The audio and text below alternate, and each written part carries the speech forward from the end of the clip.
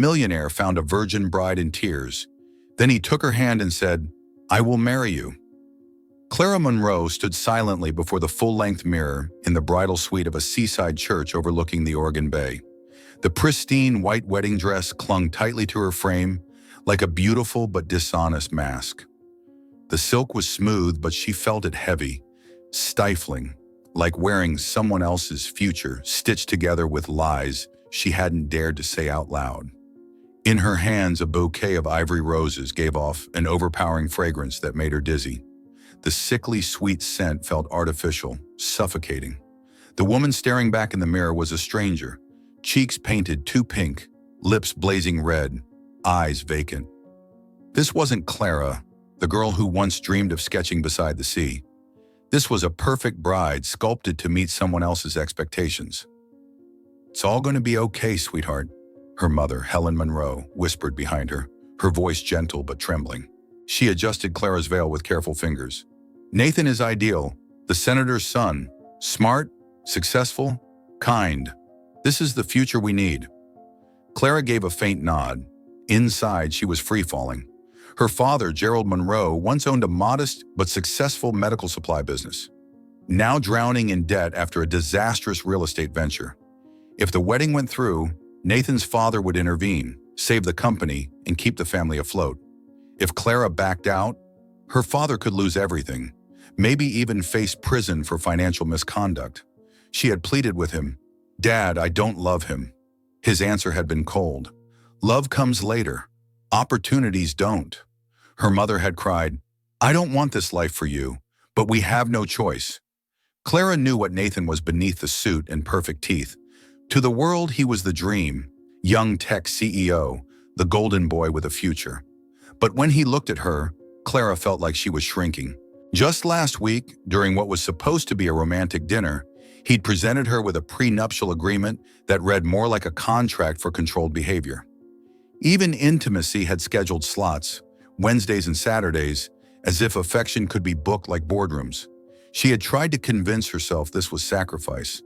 But deep down, she knew this wasn't love. This was a transaction. She wasn't walking down the aisle. She was being traded. Outside, the organ began to play, slow, solemn, like a warning bell.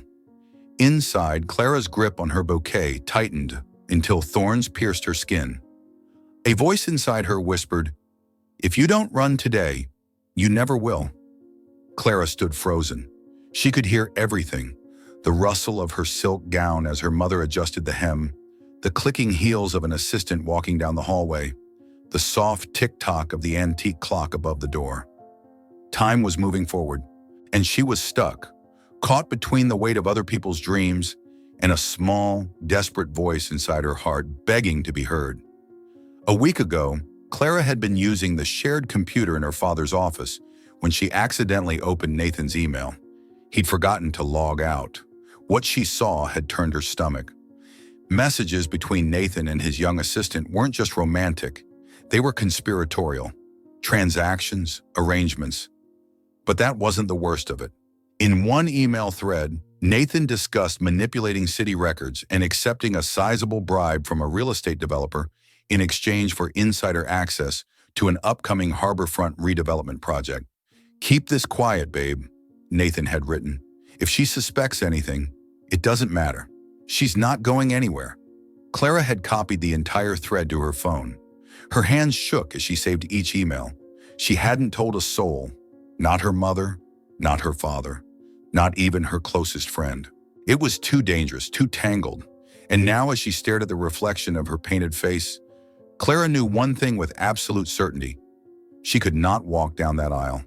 She couldn't smile for the cameras, couldn't spend a lifetime as the polished wife of a polished liar. "I need to use the restroom," Clara whispered to her mother. Helen, distracted and dabbing her eyes, nodded absent-mindedly. Carefully, Clara turned toward the rear door. Every step felt heavier than the last, weighted with guilt, not for Nathan, but for her family, for her mother, for her father. And yet, somewhere deep inside, she knew, if she didn't leave now, she would lose herself forever. The wooden door creaked softly as she pushed it open. To Clara, it sounded like freedom sighing. Wind from the bay rushed in, cold, salty. Her gown fluttered wildly behind her. She slipped off her heels and stuffed them into a small cloth pouch she had hidden earlier, where she'd tucked away a few $100s in cash, her sketchbook, and her phone. Barefoot, she stepped onto the stone steps outside. One deep breath. Then she ran, left behind the tolling bells of the church, left behind her mother's waiting eyes, left behind everything that had ever been called right. All that remained inside her was a single burning thought: run or drown in a life that was never yours.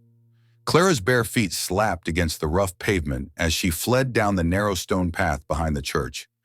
Afternoon sunlight filtered through tall trees, casting fractured shadows on the pavement. Her breath came in panicked bursts, her chest pounding like a war drum. She had no plan, only one desperate instinct: get as far away as possible.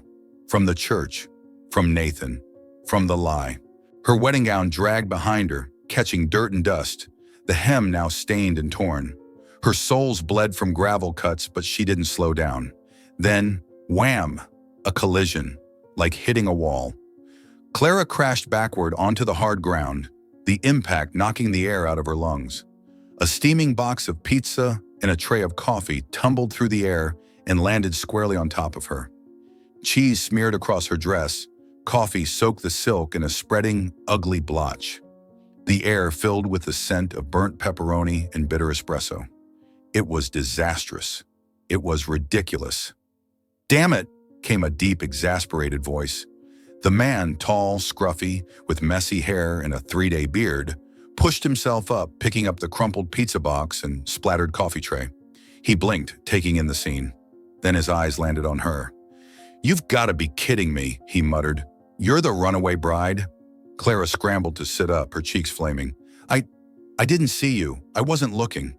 He tilted his head. "Clara Monroe, I remember you. Your dad's birthday last year. I catered the party. Oysters with chipotle sauce. You loved that one." She stared at him. Yes, she remembered now. Leo Carter, freelance chef. Back then, he'd worn a clean apron and had his hair tied back.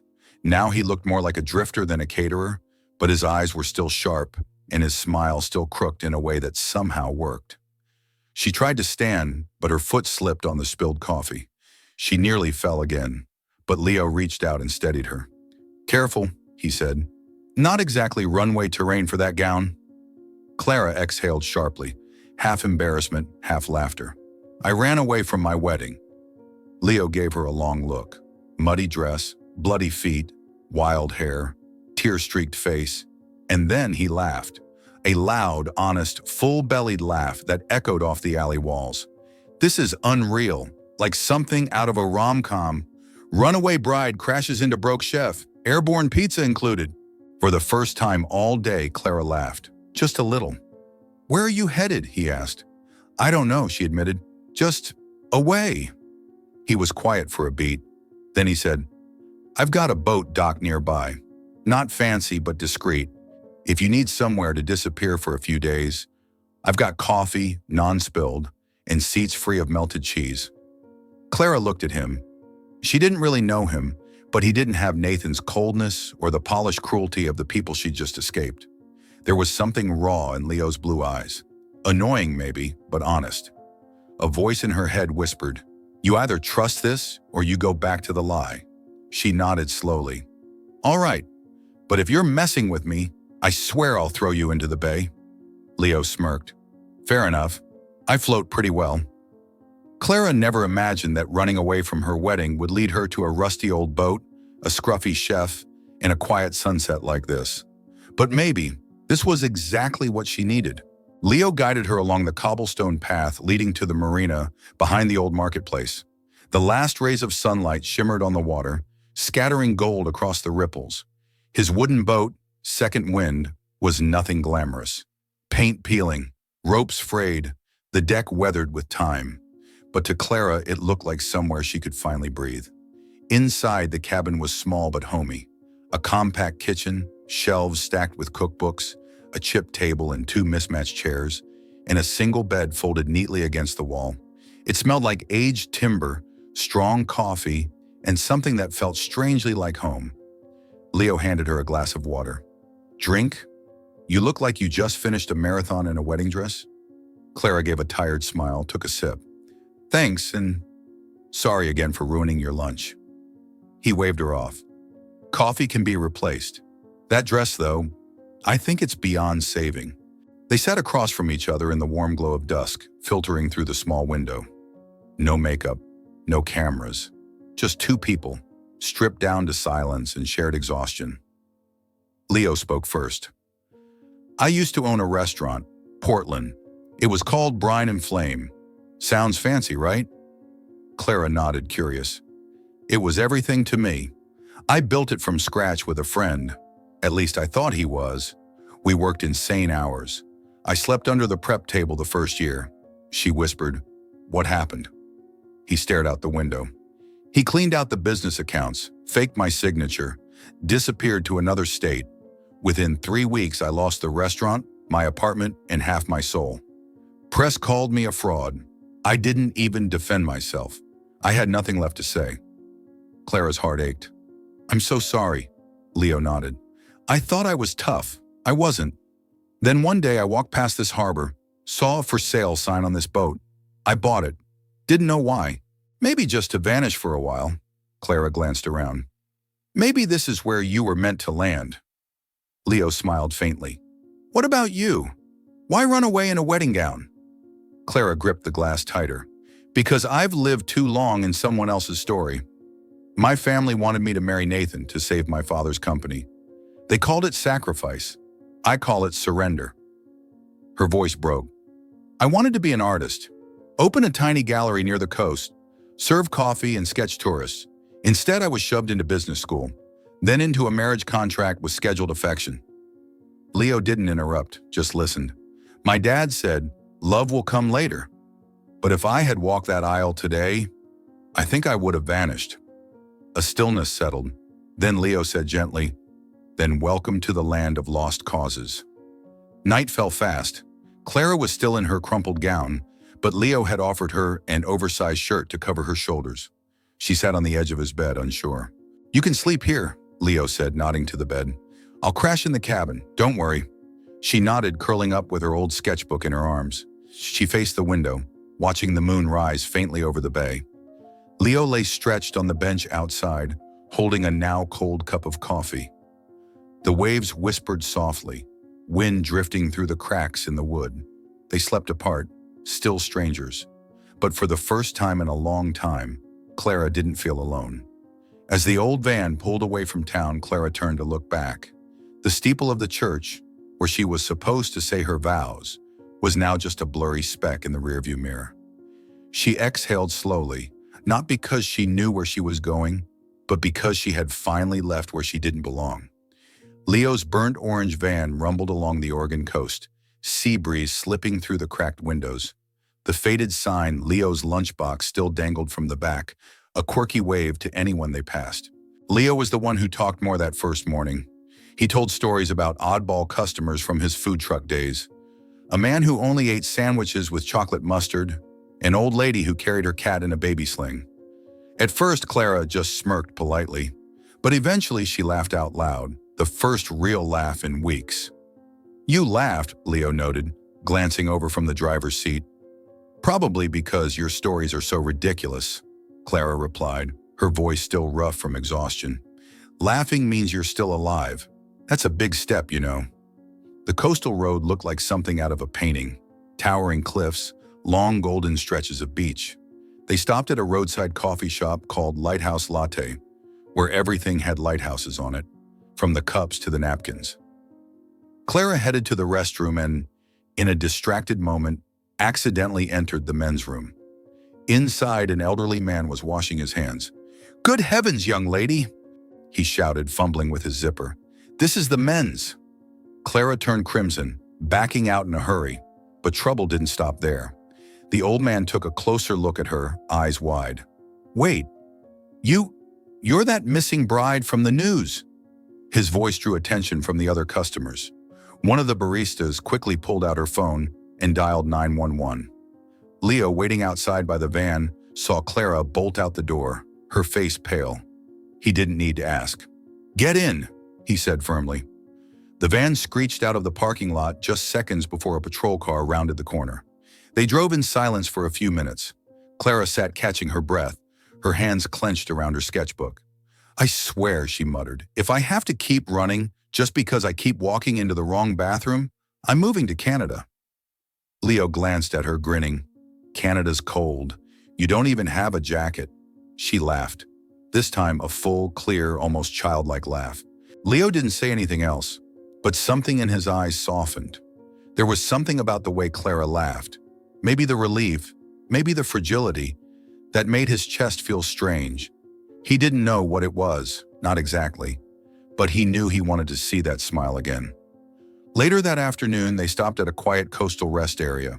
The wind had picked up and the sky was starting to gray, but the air was fresh. Clara sat on a wooden bench, pulling out her sketchbook. Leo brought over 2 cups of hot chocolate from the van, setting one down beside her. "Aren't you supposed to be a chef?" she asked without looking up. "Still am," Leo replied. "Just switched menus, from Wagyu steak to egg sandwiches." Clara smiled faintly, continuing her sketch. "I think I like this life more. No camera flashes, no contracts." Leo sat down next to her. They didn't speak. It was a silence that didn't need filling. And in that still moment, amid the ocean wind, the scratch of pencil on paper, and the rising steam from a paper cup, Clara knew one thing. She still didn't know where she was going, but this road and the man beside her were bringing her closer to herself than she'd been in a long time. The van kept rolling along the wind-blown coast, but now, Clara was no longer just the runaway bride, and Leo was no longer just an accidental accomplice. They started to see each other not just through glances, but in quiet moments that spoke louder than words. And in one windless afternoon, where the only sounds were waves and the sun slipping into the ocean, they would begin to realize some things don't need to be planned to be exactly what's meant to be. That afternoon, they found a quiet, deserted beach where the road ended and only sand, waves, and sky remained. No more traffic, no voices, just an ocean so vast it felt like it could dissolve every thought. Leo pulled the van to a stop beneath an old pine tree near the edge of the dunes. They didn't say much. Together, they unloaded a few items from the van: a large blanket, a small gas stove, some vegetables, and a tin of spices. Leo busied himself lighting a flame on the rocks, while Clara sat not far away, her eyes fixed on the horizon. She opened the sketchbook she hadn't touched in years. The first pages were filled with drawings from college, city streets, cafes, faces of strangers, then a long stretch of blankness, empty pages, just like her life these past few years. Her hand trembled slightly as she held the pencil. Then slowly, gently, the first lines appeared. The cliff in the distance, the shape of the van. Leo crouched over the fire. She sketched him like someone trying to save a fleeting moment. Not perfect, not polished, but real. Leo turned to glance at her, catching her gaze above the page. He raised an eyebrow. "Am I being immortalized?" "Maybe," she replied. "But don't ask if I made you handsome." He laughed, returning to chopping potatoes and scallions, tossing them into a bubbling pot. The scent of soup drifted in the wind, mixing with salt and smoke. As sunset fell, they sat together on the blanket, each holding a warm bowl of soup. Clara was still wearing Leo's old shirt, her hair gently tousled by the breeze. But she was smiling, a soft, weightless smile that didn't need a reason. Leo glanced at her. "Honestly, I never thought I'd be cooking dinner for a runaway bride on a deserted beach. But it's not the worst night I've had," Clara smiled. "I never thought I'd skip my wedding and end up with a chef who almost burned a pizza." He tilted his head, pretending to ponder. "That pizza burned because you ran into me, remember?" They laughed. And after a quiet moment, Clara whispered, "I think I'm falling for you." Leo didn't look surprised. He didn't rush to respond. He just looked at her, with eyes calm like the ocean at low tide. "Maybe," he said, "we're both falling in love with what we thought we lost. Freedom, honesty, and someone who actually listens." Clara nodded slowly. "But I'm not wrong about you. When you smile, when you let me be quiet without making it awkward, when you handed me hot chocolate and didn't ask me 100 questions." Leo smiled again, then suddenly stood up and bent down before her, like a gentleman from an old movie. "Clara Monroe," he said with mock formality, holding out a pot lid, "will you, temporarily, have dinner with me every night until we get tired of soup?" Clara burst out laughing, covering her face. "Is this a short-term proposal?" "Exactly," Leo nodded solemnly. "No ring, no cake, but there may be dessert." She reached out and took his hand. "I accept, but only if you promise. No prenup, no contract," he said. "Just one request. Keep drawing, and once in a while, smile like that again." A cool ocean breeze swept over them, fluttering the blanket beneath. Clara tilted her head, resting it gently on Leo's shoulder. They sat like that, next to the little fire, surrounded by nightfall and the hush of waves. Neither of them said another word, but in that quiet, both of them knew, sometimes even a story that begins with running away can still lead to a place called love. Love rarely arrives the way we expect it, light as a breeze, yet strong enough to make us stay. Clara and Leo made no promises, just silent understanding and hearts that moved in rhythm with the tide. But just as they found each other in stillness, the outside world began to stir. Peace was never easy to hold on to. Sometimes all it takes is one sentence, left unsaid, to lose everything. That night, as the fire died down and the wind grew colder, Clara awoke to the faint sound of a voice coming from the van's cabin. She hadn't meant to eavesdrop, but the tension in that voice, low, tight, drew her closer. Leo was on the phone. His voice was quiet, but in the stillness, she heard every word. "Jake, I know, but I can't keep her hidden forever. Clara needs to face this. If she doesn't, both of us could be charged." "No, I haven't told her yet. I haven't found the right time. But the police are closing in. I'll bring her to the meeting point. Just make sure the legal protection is in place." Clara froze. Her hands trembled. Her heart pounded, not from the cold, but from something breaking inside her. She stepped back slowly, returned to where she'd been lying, but her eyes stayed open, wide and sleepless. The sky turned violet with the first light of dawn. Clara grabbed a page from her sketchbook, scribbled a few lines, tore it out, and placed it beside the shirt she had borrowed from Leo. "Thank you for giving me a place to rest, but I can't let you carry the burden. Maybe you're right. I need to face this. Goodbye." Without a sound, she walked across the sand, leaving behind the van, the beach, and the man who had stirred something in her heart, even if only for a few brief, fleeting days. Leo woke as sunlight filtered through the van's windows. Reaching for his mug, he turned toward where Clara had slept, only to find the space empty. At first, he assumed she'd gone for a walk, but then he saw the folded paper placed gently beside his old shirt, and his chest tightened. He read it, once, then again. Just a few short lines, yet enough to crush him. He ran across the beach, calling her name. No trace. The wind carried his voice away, sweeping it across the sand like it had never been there at all. Leo dropped to his knees in the sand, hands gripping his hair. Regret slammed into him like the ocean tide. He should have told her earlier, should have trusted her with the truth, before silence took everything. That Jake was an old lawyer friend, not the police. That he was trying to figure out how to help Clara come forward safely, without being devoured by the media or charged with something she didn't deserve. But he'd hesitated because he was afraid, because he'd wanted to hold on to the peace just a little longer, and that very hesitation was what made her leave. He buried his head in his arms. There were no tears, just a thick silence, heavy and immovable. He hadn't lost her because he didn't care. He lost her because he didn't speak in time. Some goodbyes don't last forever. They last only until one of them finds the courage to come back.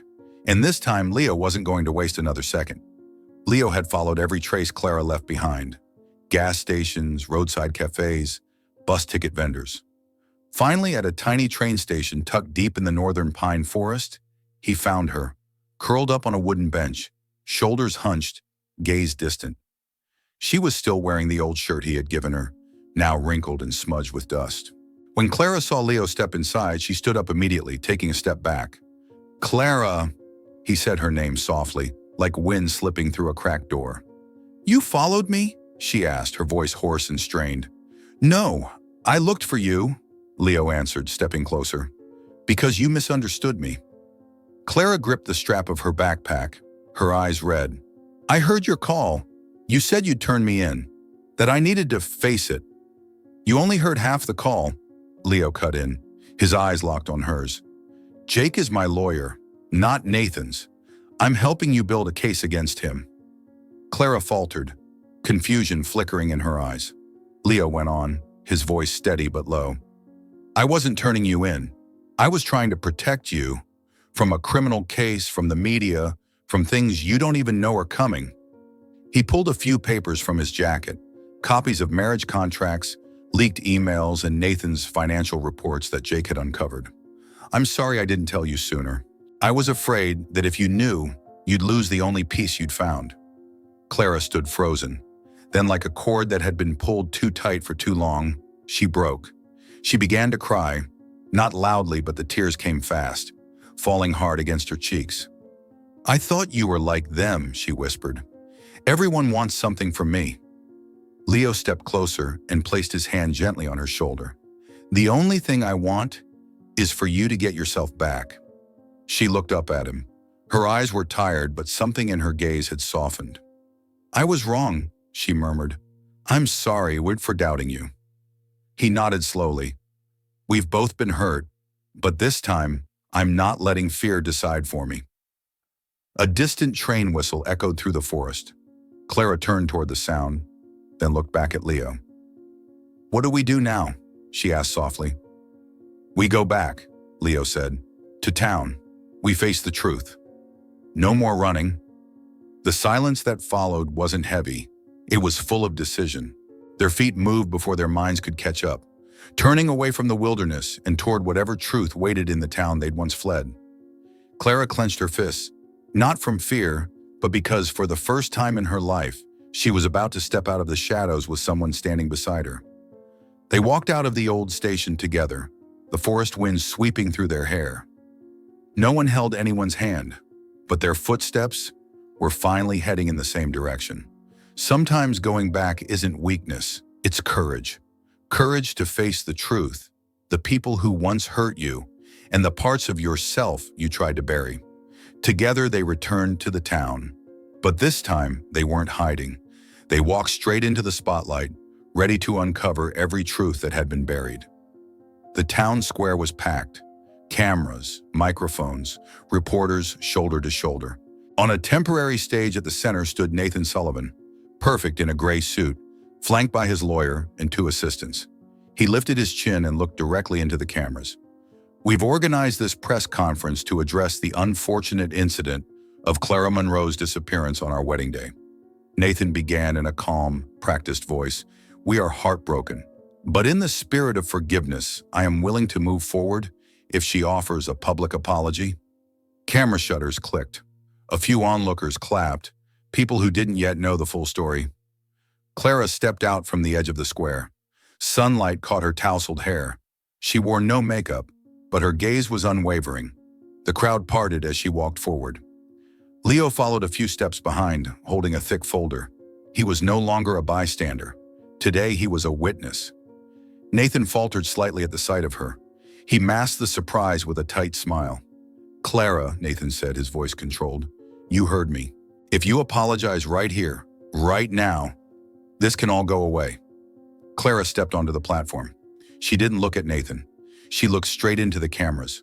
No, she said, I won't apologize, because I've done nothing wrong. A wave of murmurs swept through the crowd. Clara drew a breath.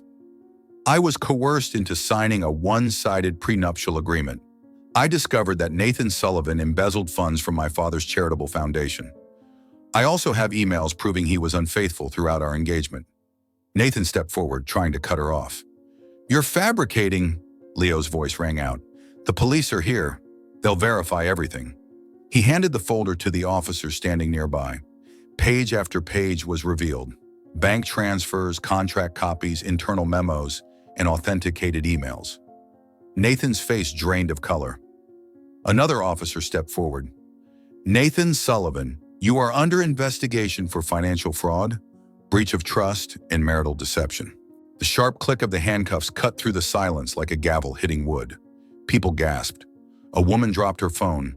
The golden boy had fallen, and no one could pretend otherwise. At the edge of the crowd, Clara's parents watched. Mr. Monroe, who had once dictated every decision in her life, clutched his wife's hand. His eyes shimmered, but for the first time in months, he smiled.